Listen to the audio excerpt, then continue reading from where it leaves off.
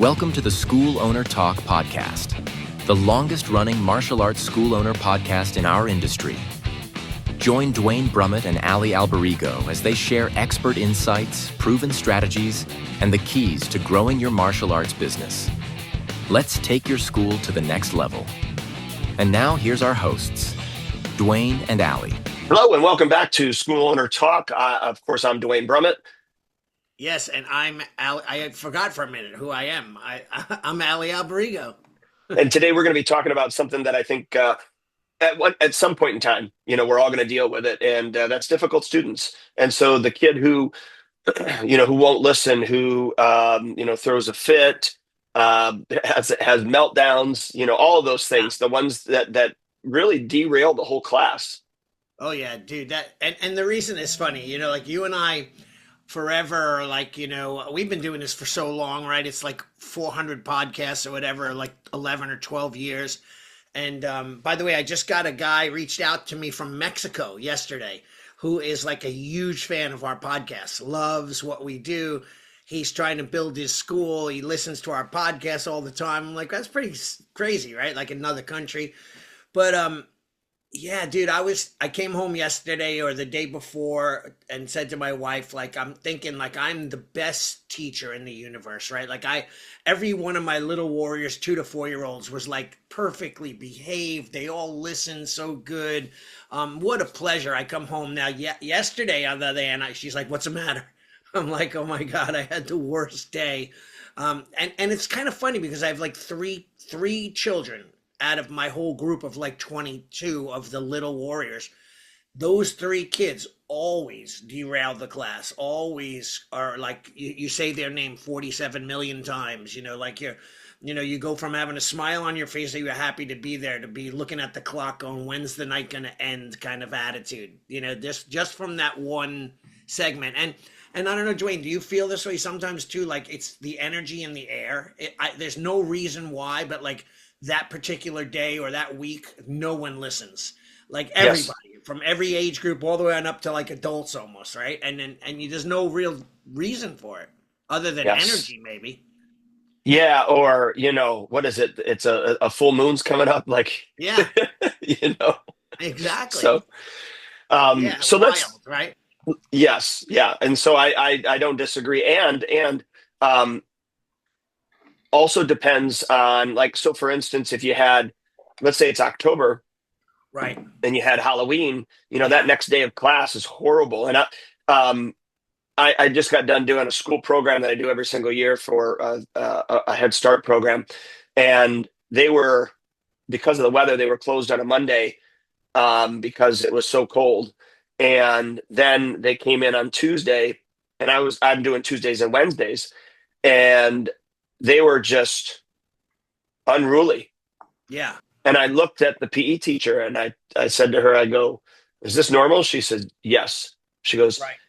Anytime we're closed, so if we're closed on a Monday for President's Day or, Martin Luther King Day or whatever, when they come back on Tuesday, it's like we got to retrain them all over again. Yeah, isn't it amazing? I love what you just said because I have a quote that I've been using a lot, which is training the mindset, right? So like, for example, when I run a 2 to 4 year old class, there's really not a lot you can expect for a 2-year-old, right? Like they're literally just on the planet, just able to walk. They're still running around with, with pull-ups and going to the bathroom in their diapers, right? Like it's just crazy to think that, years ago, 20 years ago, no martial artist in the world would have taken on a 2-year-old, right? They were like, 12 is the youngest I start them, or 10, like that kind of thing. But now, soon we're going to be like, we'll do martial art classes in the womb. The mom comes in, she's still 8 months pregnant, and we'll be teaching the kids in their belly, like trying to manipulate. Like, it's just how young we've gotten. Like 2 years old is insane. Like I look at it, but I have to tell you, I get these 2-year-olds to perform punches, kicks, falls, rolls. I'm teaching them martial arts. It's not like a, mommy and me kind of program. It's not a daycare, fluffy daycare thing. Like I'm literally teaching them how to kick on the pad, 1-2 combinations, sitting positions, and all that stuff. But one thing I can tell you is that consistency is everything. So if I have a kid that doesn't show up for 2 weeks, they're back to step one almost. Like it's almost like Yes. they've forgotten everything. And I don't understand that phenomenon, but it's like when we had COVID and then we came back from COVID and the kids who were with me 3, 4 years, right? And then they took a break with COVID and then they came back. They forgot where to bow, how to address me, what to do, what to say, where to sit. Like it was just like all of the what we did was just erased out of their memory bank. Yeah. Well, there's something to say with regards to habit and, like you had said, consistency. Yeah. So let's kind of define difficult Okay. so that we, at least have a level playing field of what we're talking about. So I think difficult is somebody that, let's just say, is defiant. Hmm. They're disruptive. I'm going to get to defiant in a second, but disruptive. So they're talking all the time. They're clowning around. They're distracting others. Defiant, like I had just said, is they refusing to do things. They're arguing. Um, the whole eye rolling. You Right. know, Right. um, difficult also is unsafe. Yeah. So they're not being a good partner. They're too rough. Mm. They're really ignoring the boundaries that have been set. From an emotional standpoint, they're shutting down. There's tears. There's even spikes of anger Right. as Right. well, and then there's attention seeking. Hmm. So they're consistently interrupting. And really, it's for the fact that they're looking for attention. It's like, hey, look at me.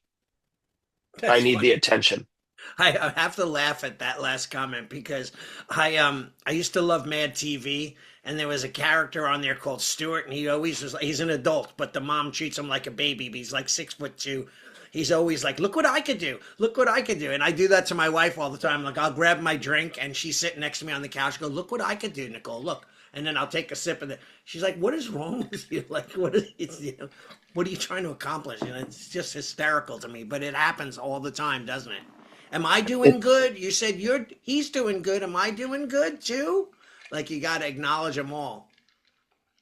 Now, I don't know about you, but for me, when it comes to difficult students, as long as they're not deliberately disobedient or they aren't argumentative, Hmm. I, everything else I can deal with, Right. right? So rarely there's a bad kid. It's just unmet needs or unclear boundaries, Hmm. if you will. And depending on their age, depending on their emotional age, depending on what's happening at home, there's a lot of variables that are in there. So if it's a single parent home, if it's a dual parent home, but there's trouble at home where things are happening, uh, also what happened on the car ride there. So, maybe the mom or dad is yelling at the other kid that's in the car and there's all disruptive or they're showing up just at the last moment. So they're flustered and the kid's flustered. So there's a lot of variables, and those can be true with any age group, but especially that age group. Those are some of those variables. But I think behavior really is communication. And what I mean by that is when they are um, crying, one thing that I will say to them is, "Are you hurt?" And they say, "No, of course they're crying. No, I'm not. I'm not hurt. I'm not hurt." Okay. If you're not hurt, it's okay to cry, but why are you crying if you're not hurt? Because I wanted to, whatever it was. I wanted to win the game or whatever it was. Right. And so then we can deal with that situation. I think, and this is just me, I think that it is okay to take the time and deal with those situations, even though it slows the class down per se. And yes, the other parents are paying for their child to get quote unquote more out of the program. But the way that I look at it is they get an opportunity to see how I handle kids. And if they watch and pay attention and listen, they can learn some things from that. Does that make sense? Yeah, and you on like I have to say like the all the things that you just mentioned unpacked like an entire week seminar Yeah. on on how to run a class, right? Because like, you talked about communication, right? You talked about why a kid cries, like they want attention or they didn't get what they wanted. A lot of it stems from parenting. You could clearly see the parents that have an open line of communication where they communicate with their kids on a more adult level versus coddling and babying. Like I just had a kid the other day. It was very frustrating to me. I wanted to get angry with the parents, but the kid was having a bad day, so he was crying and didn't want to go into class. And the mom's like, "No, no, I don't want to push him. Okay, we're just gonna go home." I said, "No, but this could be an opportunity to overcome that behavior." "No, no, that's not how we parent." And I'm like, now I used to try to push that envelope a little, and now I'm like, okay, I'll see you next class. Have a great day. Like I've given up on trying to train people or educate them or communicate with parents that really have no desire to learn from you. They're going to do what they do and treat their kids the way they want and act the way they want. And there's nothing that we could say or do that'll change that. Those are the ones. It's like the serenity prayer. I know you're a religious person, right? And the serenity prayer is like, I'm paraphrasing, but like, God give me the strength to ignore the things that I have no control over, right? And then give me the strength to do the things that I can, that I have control over, right? And then give me the wisdom and the knowledge to know the difference between the two, right? Like sometimes you just got to say, I'm not going to change that person, that parent. They're not willing to learn. They're not there to learn. They want their kids to learn some martial arts, but they're not really willing to learn themselves. Yes. And often is the time I'm parenting the parent, Right. You you know? try to be. Yeah, I mean, I do. Now, whether or not they want to take it, that's, up to them. Right. Like Of course. I have a little kid who is in the 3 and 4 year old class. He just turned 5. Technically after this belt cycle, he can move up. But he emotionally has a hard time just with the 3 and 4 year old class. Right. And I told mom, I said, look, I want you to come and watch the 5 and 6 year old class. Hmm. You can bring your son if you want. I go, it's a lot harder than the 3 and 4 year old class. And what I do not want to do is move him up too early Right. because it would be a detriment to him if Although we I do that. although I have to say, not every kid, but a good majority of the kids will rise to the challenge. So I've noticed like when I've bumped kids up that were just floundering in the little warrior class, 2 to 4 year olds, and they're 4, let's say, and I moved them up to the next class. All of a sudden, they started to produce and become more mature because now they're acting the age of the kids that they're with versus Well, not. okay. And I see like for example, little kids. When I'm talking 2 to 4, there's a major difference between those two ages, two years in between. But when you think about it, like the little kids, one kid falls down, 3 other kids fall down. One kid runs into the wall, 3 kids run into the wall. Like one kid makes funny sounds and moves his arms, they all make fun. Like they follow each other. So like if we change that mindset and we put them in a group with that don't ever behave that way, or mostly not, then they're Yes. going to rise to the occasion most of the times to the older age group. And I found this to be, happen quite often. Yeah, I don't disagree with that. I just don't want to move him up too early. But Right. I get what you're saying. But we'll assess the situation, once they look at it and mom gets to see it. Yeah, no doubt. Um, Now, some other variables that we as school owners have to take in consideration is sometimes behavior might be a skill gap, Right. uh, thing. So, for instance, they might be acting out because they're lost. Hmm. They can't pick up the information. Um, there's sometimes for them, there's just not enough structure for them. Um, they they've they've learned to that disruption actually gets attention, and sometimes ignoring that disruption is even the best thing to do. And when I say ignoring, it's not that you not aware of it, but you don't give it the attention that they're looking for. Yeah, I'll give you.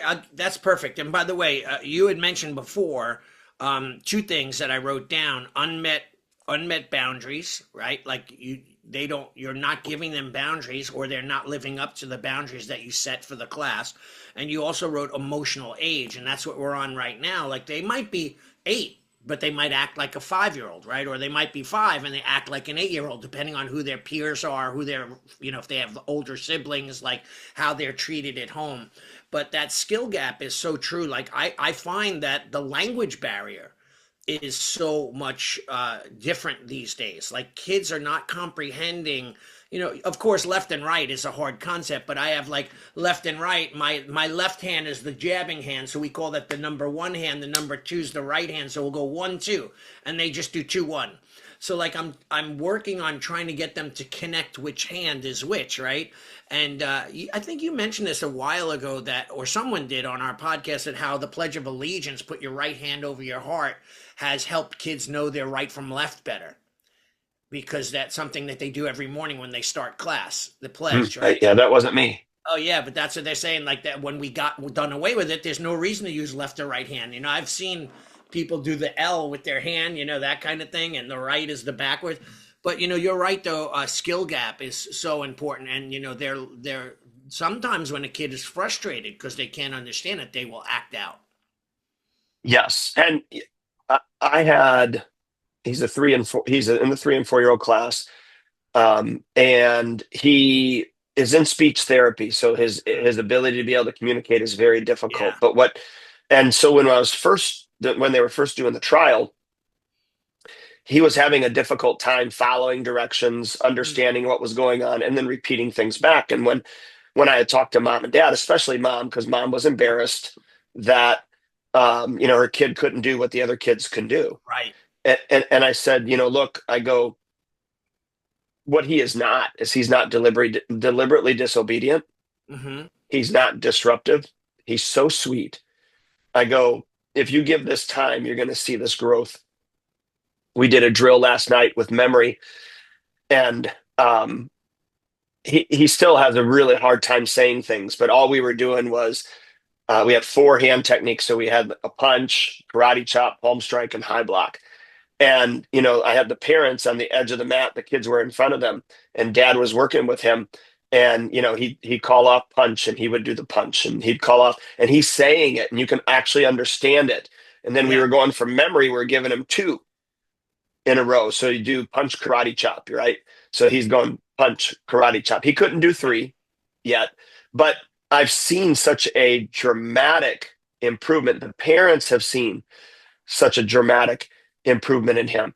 And it's in concert. So it's what they're doing at home. It's what he's doing in speech. It's what he's doing here in class. And it's repetitive.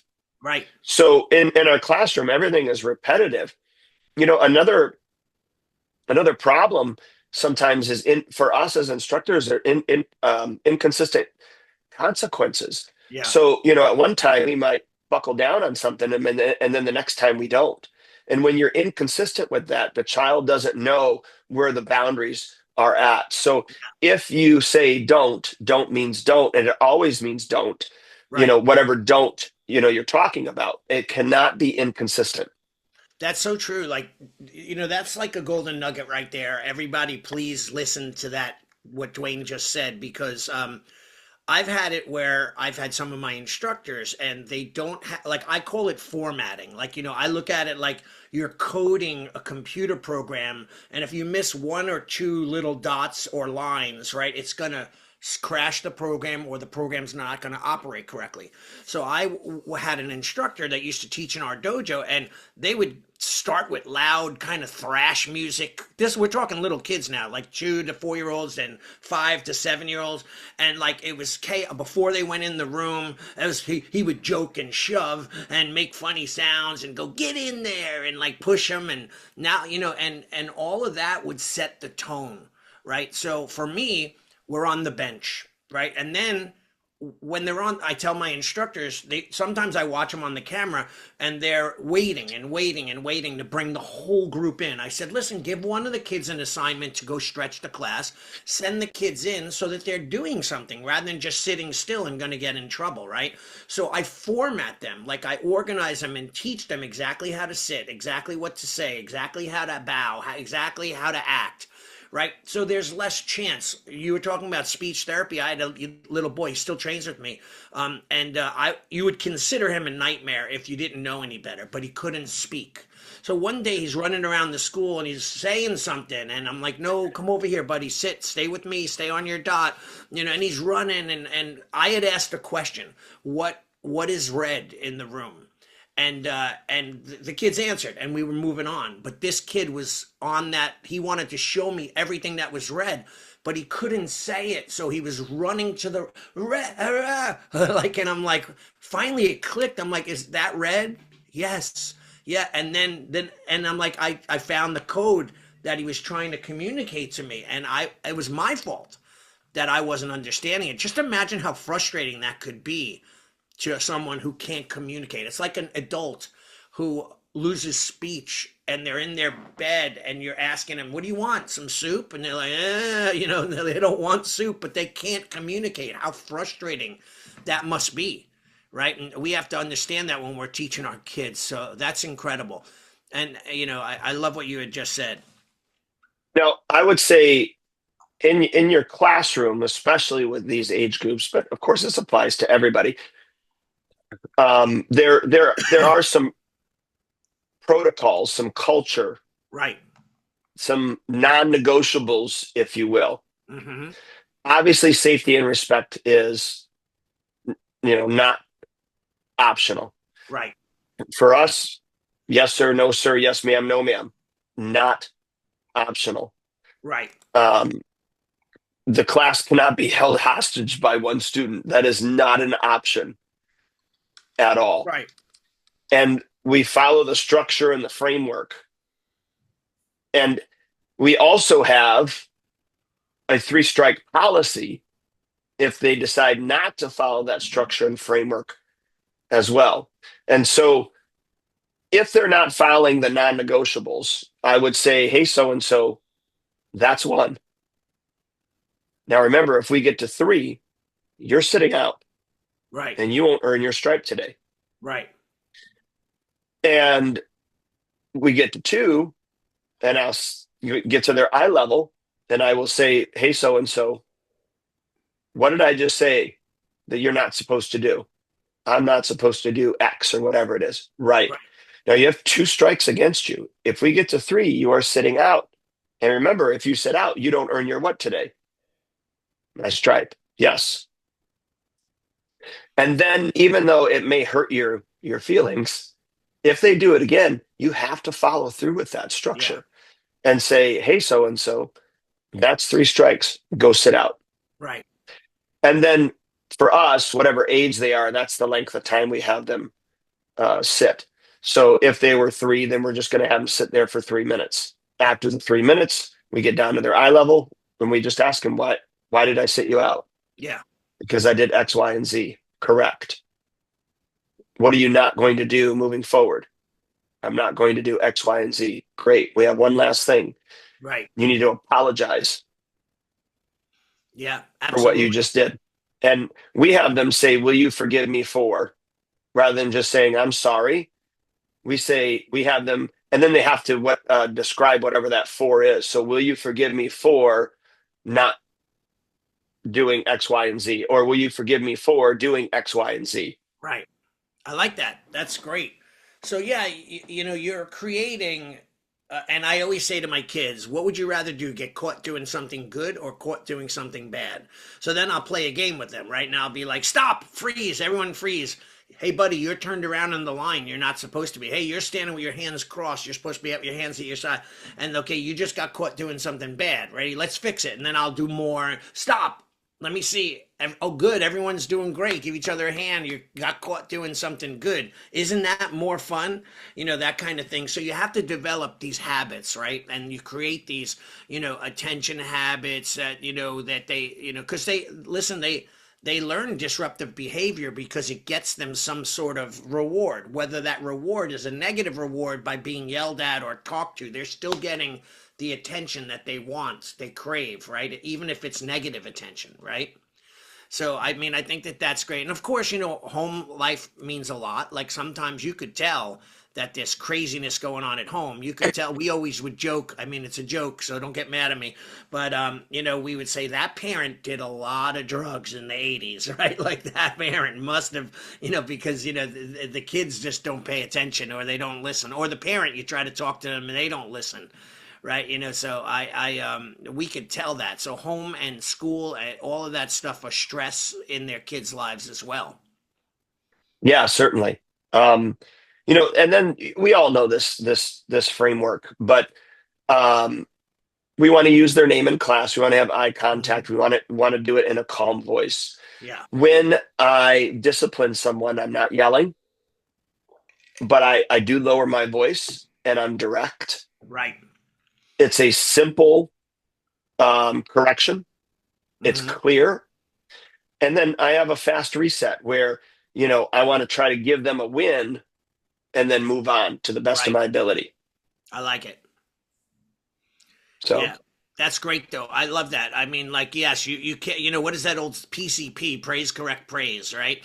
If I used to have an instructor that was a higher rank than me, and I'm an adult now with multiple black belts, and when I'd be testing in Japan, I would do a move, and I'd go to do the move, my hand was a little crooked. Oh, you got to fix your hand, and then I do okay, go to do it again. Oh, well, you got to fix your elbow, and it was constant, constant, constant on top. Like finally, I'm like, what should I do anything? Like should I even move, or you're just going to keep correcting me? Like I'd say that I never really got along with this guy. But he always would derail everything you did by constant recorrecting, no positive motivation, no letting you practice and make mistakes and improve and so on. So yeah, I think that all this stuff is great. And how I love the concept of how we act and what we say and what we do to protect the culture in our school, right? Like how what is the culture? The culture is yes, sir, like in your school. Yes, sir, yes, ma'am. No, no, yeah. Uh-huh. Like they have to stand up, say it a certain way. Like I immediately correct that behavior. Like we have 3 sitting postures in our school when we're sitting and doing a lecture or waiting to see a technique. If they're not sitting properly, I notice, like, buddy, I'll say this, buddy, is that how we sit in class? No, no. Okay, then sit the way you know you're supposed to sit, like that.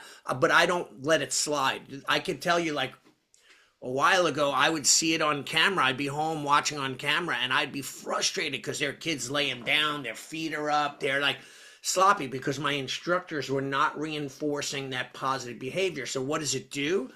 It starts to erode and decline the culture and the respect in your school.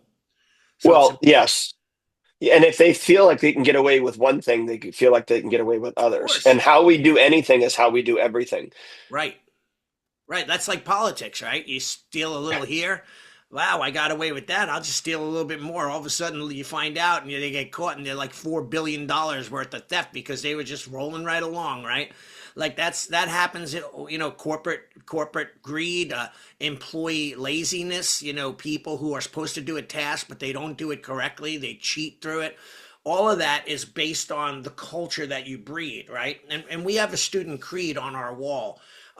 One of them that I've been talking about a lot lately is one must learn the way of life is righteousness, right? Knowing what is right, not what's convenient, but what is right. It's very similar to the Bible. It's very similar to religion and most, religions. There are, I think I have a book, I don't know the exact name that I read. I loved it years ago. And I think it was the 7 spiritual laws of success, something like that. And they took every major religion and they plugged all the commandments and all the rules into a database. And then they highlighted all the 7 that were identical throughout religion. And it was all basic common stuff, right? It wasn't like anything, esoteric or extreme, but it was like, don't cheat on your wife, don't steal from your neighbor, don't harm people. Like it was basic things that you would think would be common sense, but unless it's kept checked, people will push the boundaries, right? And the same go. I know that's a little extreme, but same goes with class. If the kid doesn't sit upright, or if they don't say yes sir, or they hurt someone when they're not supposed to because you're not looking. Like, you have to correct these habits and behaviors and create good habits right away. And sometimes you can also see it coming Mm, and redirect. yes. So, some of the terms that you use in class, like, so for instance, eyes on who? And then they Yeah. repeat, eyes on you, sir. Yeah. And you often can redirect with some of those anchors that you're used to saying in your class. I mean, Yeah. we have other anchors too, but every single school has their anchors Yeah. that they can utilize with that. Now, I will say with coaching your kid, that's being disruptive, be careful not to overtalk. Right. It needs to be one or two sentences. It Yeah. needs No to be big, one, long, detailed explanations. no, one choice. Right. Like they get one choice, Yeah. and you make it clear what that choice is, and then you follow through with that. And you know what? Behavioral corrections could be forms of challenges. Like, so for instance, before it even happens, we have a series of animal walks, right? So bear walk, frog hop, kangaroo, cheetah, running fast you can.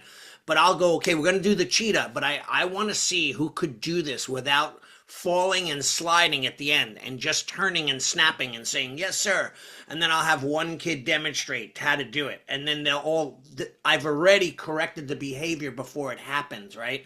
Because I set a challenge, and kids like challenges, right? So like, this is the worst. Sometimes parents, and I understand what they're doing, but they'll drop their kid off and okay, you're not going to be disruptive, right? You're not going to bite Joey on the ear and spit in Sammy's face and yell curse words, right, buddy? Like, they've given them like three things right there that they could possibly do if they wanted to.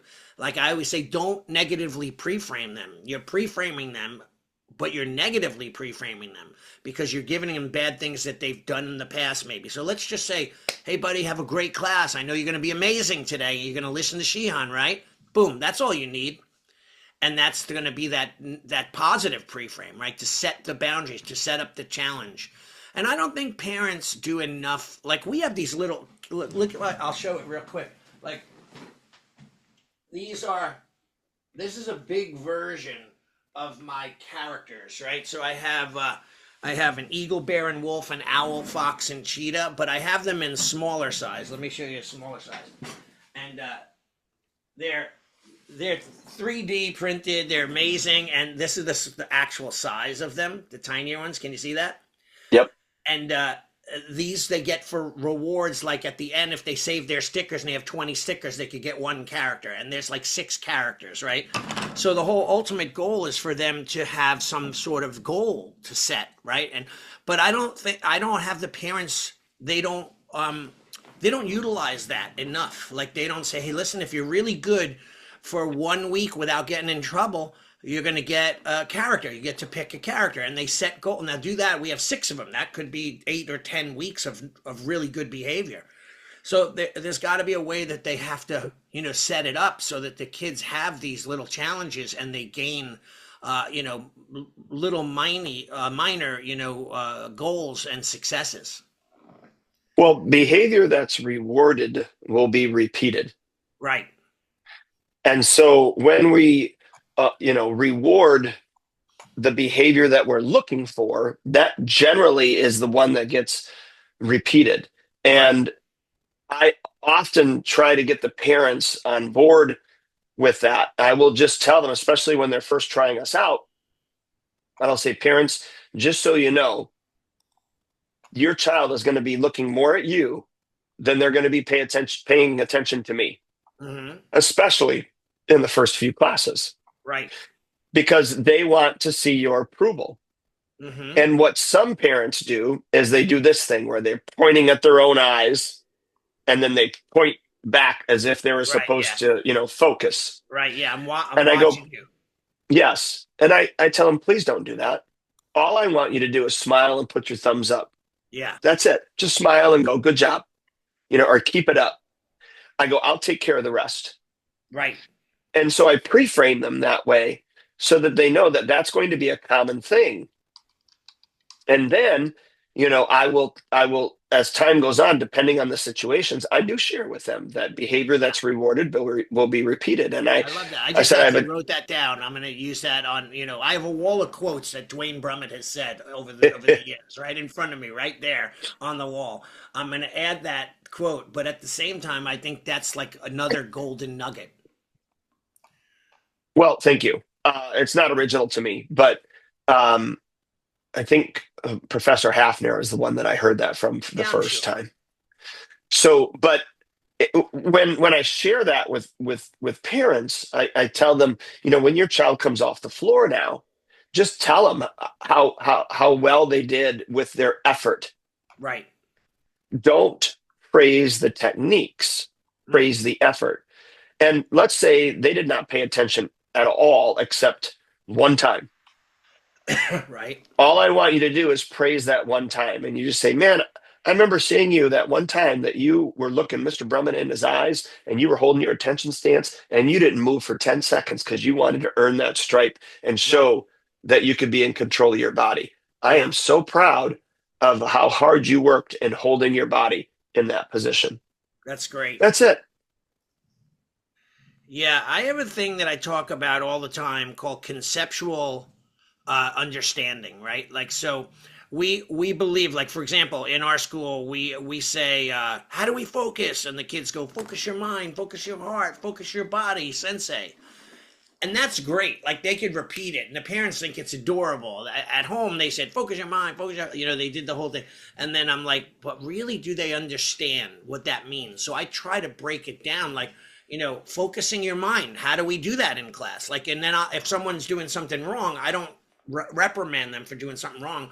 I'm like, are you using all your focus power, right? Like, are you using, like, because we have the thing called eyes of an eagle, ears of a wolf, like the characters, heart of a bear, and in our thing, and the eyes of an eagle to watch and see and pay attention, right? The ears of a wolf to listen and be able to understand what you heard, right? And the heart of a bear, never quitting, like going as hard as you can, even if you're not the fastest in the room, you just got to stay with it. And we have a sticker system and they get rewarded by the stickers and all of this stuff. But if they don't understand the concept, it's just meaningless words. It's like Bad Bunny on the Super Bowl where he spoke in Spanish the entire time. If you don't understand Spanish, you might be able to like the music and the groove, but you're not really getting the full gist of what's going on, right? Yeah. Like, so Yeah. people are Yeah. fighting over that still. And Yeah. I'm like, I'm not going to watch it. I don't understand it. It's like me going to Japanese TV. I understand a decent amount of Japanese, but once they get rattling off words in Japanese I can't understand, my brain immediately locks and it shuts down. And now I don't want to hear anything. Right. So, like, we got to make sure that we're not throwing out concepts to our students that are just not clear. Like, why do they do a move? Well, that move's stupid. I would never do that in a real fight. But how about if it was this? And they did that. Oh, that makes sense now. I've opened up a whole new world for them. Like, we were just getting our black belts prepared. We're doing a black belt test in March, and they're doing like we rattle off all these kicks: Mukozuna Geri, Nasai Ashi Ura Geri, all these Japanese names, and they do the kick. I go, but how else can you do that move? It's not just meant for that one particular situation. How else can you do it? Could it be from a grab, from a push, from a punch, from a tackle, from the ground? Like, you got to understand it enough to be able to put it into context, or else it's a waste. Well, and the problem is that and this isn't the topic we're talking about, but I will just say this, that they're learning moves for Right. the move's sake, so they can Right. pass a test. They're not learning Right. concepts. Yes. Yes. 100%. And Yep. unless it has value to them and they understand the concept, it's not going to stick with them. Yes. So with regards to the parents, setting the stage, making sure they understand, pre-framing them, and then repeatedly having conversations with them, especially, and we talked about this on a different podcast, especially in the first 30 days, 60 days, 90 days, touching base with them, making sure they understand how things are going, they're able to answer or ask any questions that they have, and then we can answer anything along the way. Does that kind of make sense? Totally. I mean, I love it. And you know what? It's like using, you know, I have a new black belt helping me, and they're like my main instructor now, right? So I stayed home one day last week, and I watched on the camera, and I started writing down critiques, right? Not in a nice way. Hey, listen, this is a good critique. You really did well. You did this. I'm just a little bit critical on that, and how I wrote it out, and then I took it and I gave it to Chat GPT, and I said, rewrite this so it's motivational. And it removed immediately every word that said critique or correct or to fix, right? And it changed my entire concept, because it said 10 tips to be the best you could be. And it became a tip versus a critique, right? It's just and it changed for me. It even changed the entire dialogue, because now I'm like, and then I actually wasn't even going to send the letter, because at that point he really didn't do so bad. It wasn't a critique, and the tip was minor. So I just said, try to do this on this particular situation. Try to do that. Like, I had 3 little tips, and that was it. And I see him doing it. So it's all about approach. So, like a parent, I'm not calling to complain. I'm calling because we want to, help you. Like, I want to get Johnny to his next belt. So I would love to set up some private classes with him and maybe do some review sessions, because he's right about there, but we just need a little work, right? Rather than your kid sucks and he's never going to get there, right? Like that kind of thing. Yeah, yeah, you don't want to do that. You Right, do right. want it to be motivational, right? Yeah. Well, yeah, it's very easy though when you are being told to do something or to fix something, to take it personal and hear it from a negative versus a positive. And I will tell you, back and I should have said this before, back to standards. We do have a 3 strike policy, and you're out, meaning I kick you out of the studio, depending. So not only do we have a 3 strike policy where you're going to be sitting out, but then what that is if I have to sit you out, that's 1 strike against you. Yeah. So, if I were like, Allie, stop this, that's strike 1. Allie, stop this, that's strike 2. Allie, okay, that's strike 3, sit out. After that, you know, I talk to you, like I said, you apologize, you get back out of the mat. You didn't earn your stripe that day, but then I go and talk to mom and I say, you know, as you saw, this is what happened with Allie today. Now nothing to worry about, but that is 1 strike against him in our program. Right. And we get to 3 strikes in the program, we may need to have him take a break, Mm, or depending on the severity, you right. know, he would be discontinued here. And so I do have that in our policy and procedures manual.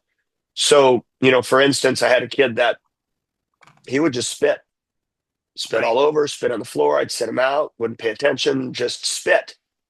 And finally I said, look, Mrs. So and so, I'm just not equipped to, you know, work with so and so. So we're going to have to part ways now. Yeah. That's So hard to do. it is, but you do have to have standards, and then Yes. you have to follow through with it. And then you have to let them know right up front, because, like I said, we have that policy and procedures manual that they have to read, so they know all of that up front. It's interesting though. Like, we have a new boy. He's autistic, right? And he's a lovely kid, but he's very hard to control because his attention span, because of his autism and how he acts and how he takes instruction. But the parents are putting him in my program so that we could help him. So, but he was in the other day. Like with me, I have many different methodologies that I could do to get him to do what I want him to do and be good in class.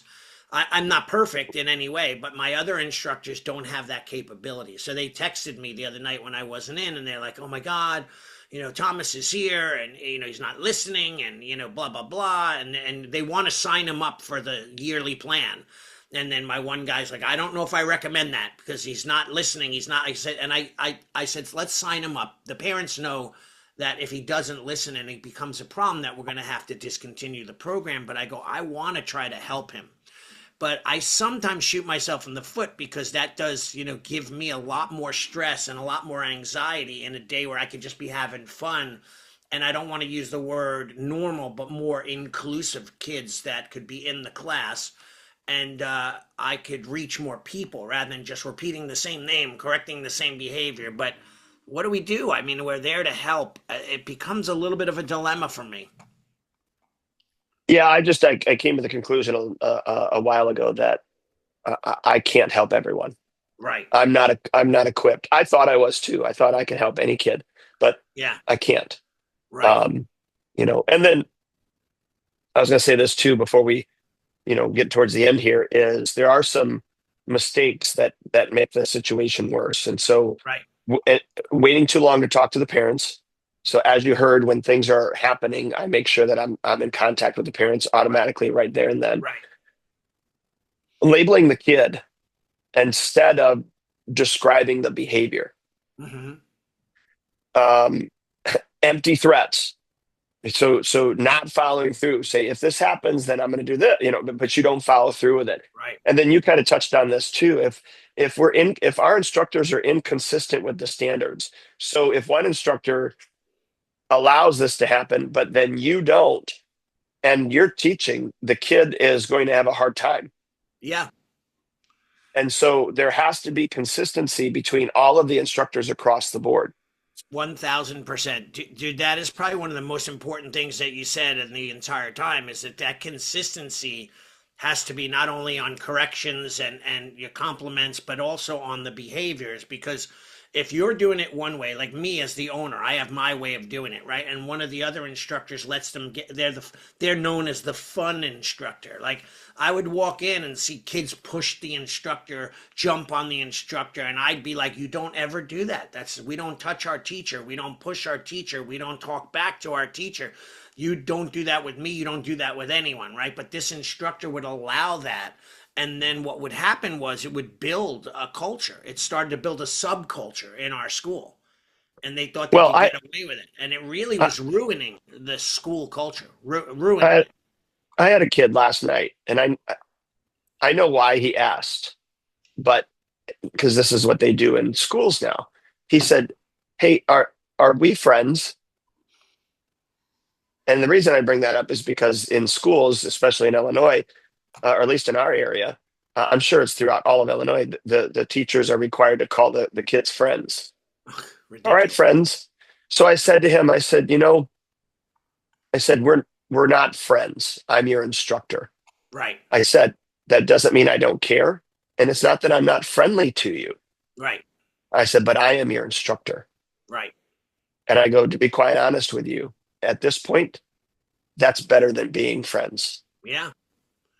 Oh, it is. I mean, look, it's like parenting, right? You could be best friends with your kid. And I've seen this before where they're actually like friends.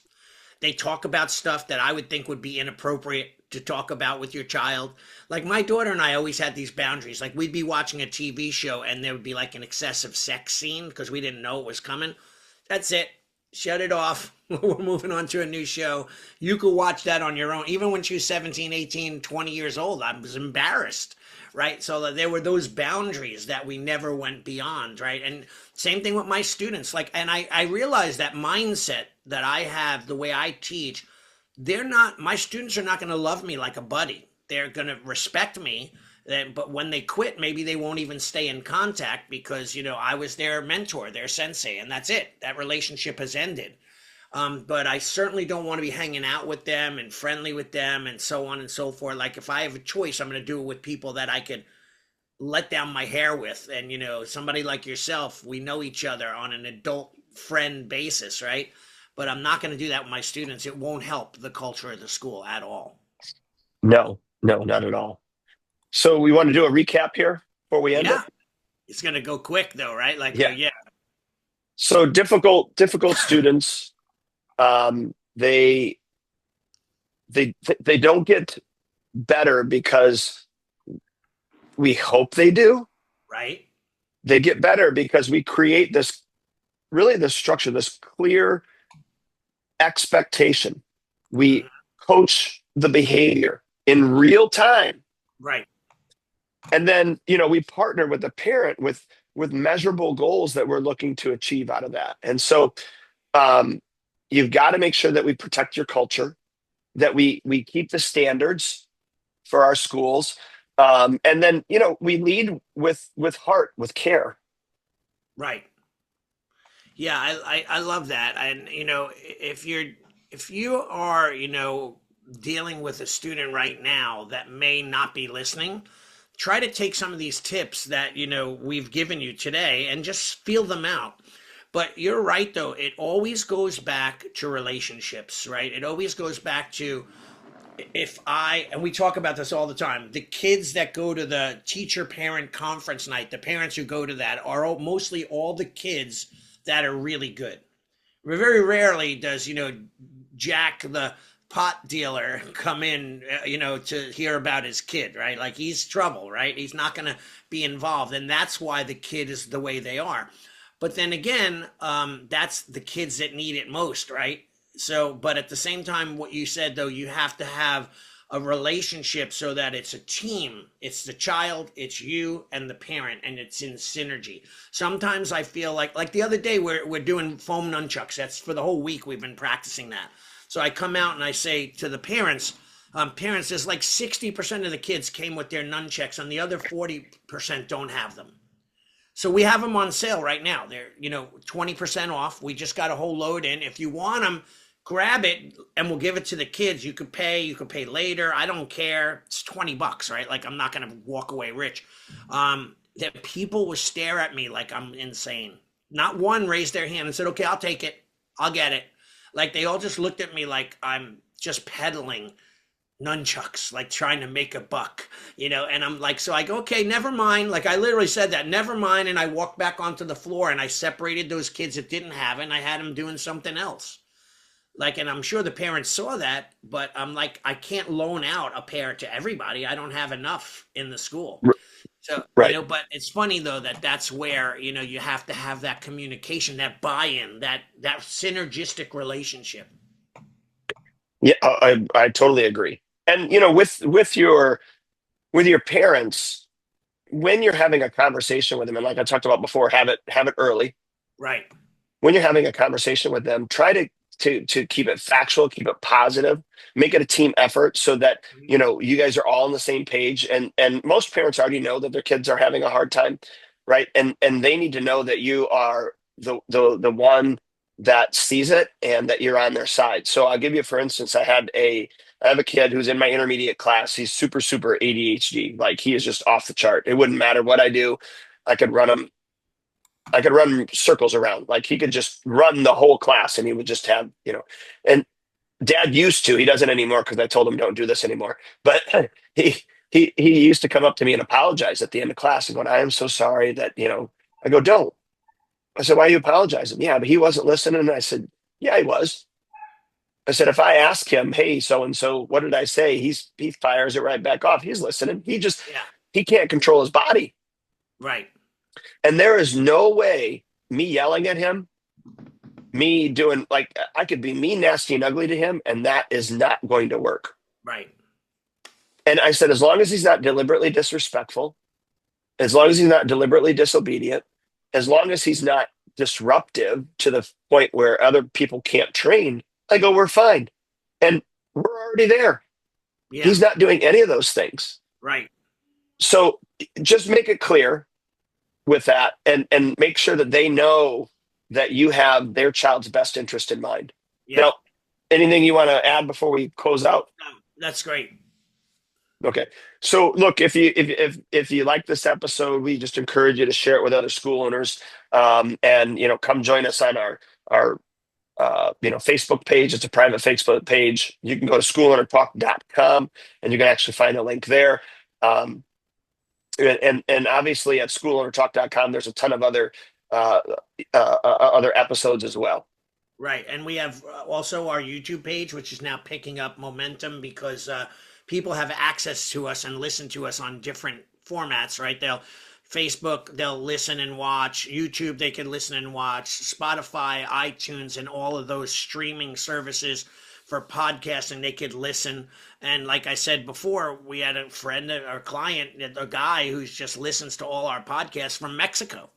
which is wild, right? That you hear that we have this wide range of reach to other countries and places. So it's pretty awesome. So make sure you're subscribed. That's important. Here's the most important thing, and I don't know if a lot of people get it, even within your dojo. Leave a review, because reviews fuel views. In other words, like Google loves when people review your school. And when you have more reviews, it'll show it more. The algorithm shows it more. Same thing with Facebook. The more reviews or the more recommendations you have, the more they show it on SEO. So give a review. Give us a positive review on Facebook too. That would be awesome. Give us a 5-star review, or tell us, a little bit about what you like and enjoy. And remember, you're not alone. You're not the only person out there. You're learning just like we're learning, just like everyone else is listening. No question is stupid kind of mentality. And that's really it. I think we had a good podcast. I agree, but of course we're biased. All right, everybody, have a great day. Thanks, Allie. All right, Duane. Great seeing you, bud. See you soon. Now that's a wrap. Another episode of Martial Arts School Owner Talk is in the vast library. We appreciate you tuning in and being part of this incredible community.